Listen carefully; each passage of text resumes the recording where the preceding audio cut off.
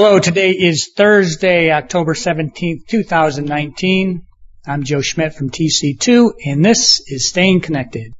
When helping our clients sort out their networking and other ICT needs, one question that invariably comes up is, should I outsource or buy managed service instead of doing it in-house? Well, the answer to that question, like so many questions with technology, is it depends. To help you find the right answer for your company, on today's podcast, we're going to share our perspectives on the state of play of outsourcing and managed services. And to help me do that is Ben Fox, one of TC2's managing directors. Ben, thanks for joining me. Maybe a good starting point is to explain what we mean by outsourcing and managed services. Thanks, Joe. It's good to be here. So outsourcing really means the practice of engaging a third-party supplier to perform services or functions that a company would otherwise deliver internally with its own tools and resources. And then the terminology managed services just gets used when referring to the services that are purchased to achieve outsourcing, and is really just used interchangeably with the term outsource services. So Ben, there's always been this industry perspective that there's kind of a IT outsourcing pendulum where companies swing between insourcing and outsourcing. Is that something that you've seen? I think there's always an element of truth in such things, but I think it's also very much oversimplified. There are definitely some examples of companies kind of making big swings back and forth on the insourcing, outsourcing pendulum, but I really think it's better to view outsourcing as a spectrum. And as companies' requirements evolve, their experience in outsourcing matures, and in particular as stakeholders change, companies definitely adjust where they sit on that spectrum. So, for example, moving up and down that spectrum might mean adjusting the scope of the outsourcing, what infrastructure, what users the outsourcer would be responsible for supporting. And it can also mean adjustments to the specific functions or in scope for the outsourcer to perform with respect to that in-scope infrastructure and users. I think such movements can be quite significant up and down that spectrum, but they rarely leap from one end of the spectrum all the way to the other and then all the way back again a few years later. So now we've been doing outsourcing and managed service deals for a long time. Can you share what you consider to be some of the biggest changes over the last few years?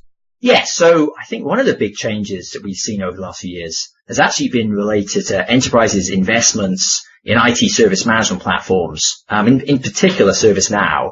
So as companies have invested in these platforms and made them, in many ways, the core foundation upon which many of their internal IT management processes are built, those companies expect their IT outsourcing providers to work natively in that ITSM tool, rather than having the outsourcing provider bring its own equivalent tool, perhaps EBON, to the customer's system.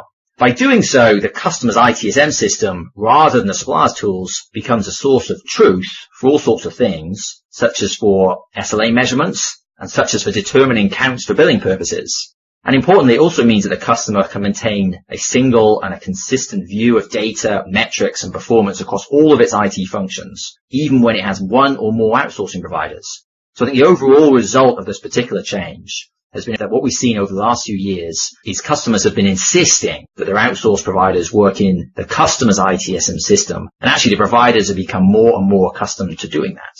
I agree with that. And I think another change that we've seen with some of our clients is that they have become far more technically skilled. And I think they've done a good job in developing their internal IT processes and their procedures.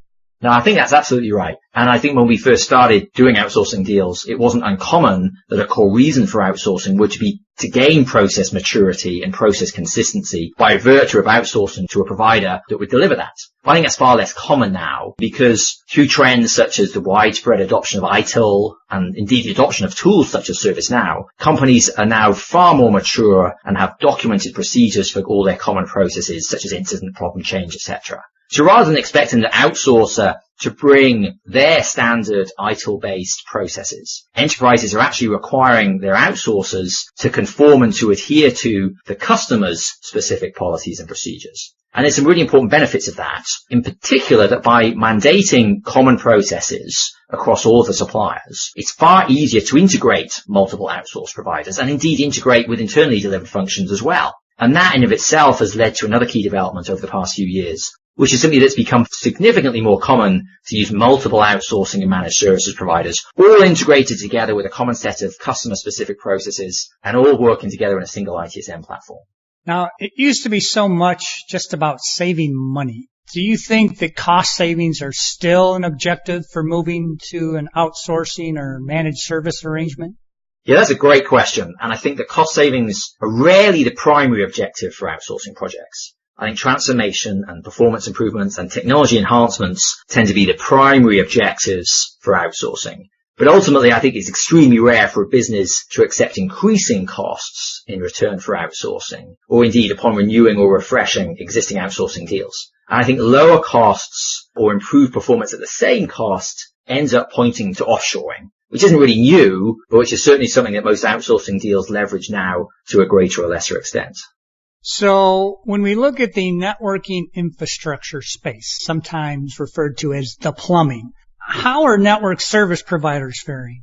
So clearly the carriers, think of AT&T, BT, Orange and Verizon, for instance, they have a lot of experience in managed services and outsourcing in the network space. I think they do seem to be slower to adjust to some of the trends we've been talking about. Great example of that is working in the customer's ITSM platform. That does seem to go rather against the grain for these carriers. I think that's because the carrier model is, just like with all of their services, is to build standard products and then sell them to customers while, resisting any material customization of those services. And really the carrier's managed service and outsourcing service are not much different. They've built a factory to manage network infrastructure. Factory comes with its own tools, and the people working in the factory have really only been trained to work on the tools in the factory. So the carrier doesn't want to use the customer tool. And I think even when you can negotiate and get a carrier to agree to work with your tools, they're kind of doing it reluctantly. And in general, I think that does put them at a disadvantage to systems integrators that fully expect to use a customer's ITSM platform and tend to design their solution based on that. Okay, Ben, final question. Do you think that there's a trend towards more or less outsourcing? So I'm not sure there is any particular or new industry-wide trends that are to or away from IT outsourcing right now, but there's probably any more than there have ever been. But I do think at a more organic level, enterprises are clearly continuing to leverage outsourcing and managed services as a solution to a range of challenges. I really don't see anything changing that or indeed slowing that down. I also think that the outsourcing industry is continuing to evolve, and the differentiators that customers are looking for these days from outsourcers is all about delivering innovation, the ability to provide IT as a service models, and really for the outsourcer to demonstrate that he can deliver something that is a step change from what the customer can do internally. I think it's also interesting to note that, as we've talked about, some of the developments that have occurred over the past few years have in many ways made it easier to outsource. And in particular have made it easier to integrate multiple outsourcing providers across different service towers. And what's really interesting is that those same attributes that make it easier to outsource also make it easier to change your outsourcing provider. And I think that's definitely something that we're seeing more enterprises doing these days. More enterprises are being ready to switch between different outsourcing providers. So on balance, I think we do see enterprises continuing to evolve and extend and increase their use of outsourcing. Okay, thanks, Ben. This has been a really good discussion. Now, if you'd like to learn more about outsourcing and managed services, or if you have other ICT needs, you can contact Ben, me, or any of our LB3 and TC2 colleagues by giving us a call or just sending us an email. You can also stay current by checking out our new websites or follow us on LinkedIn.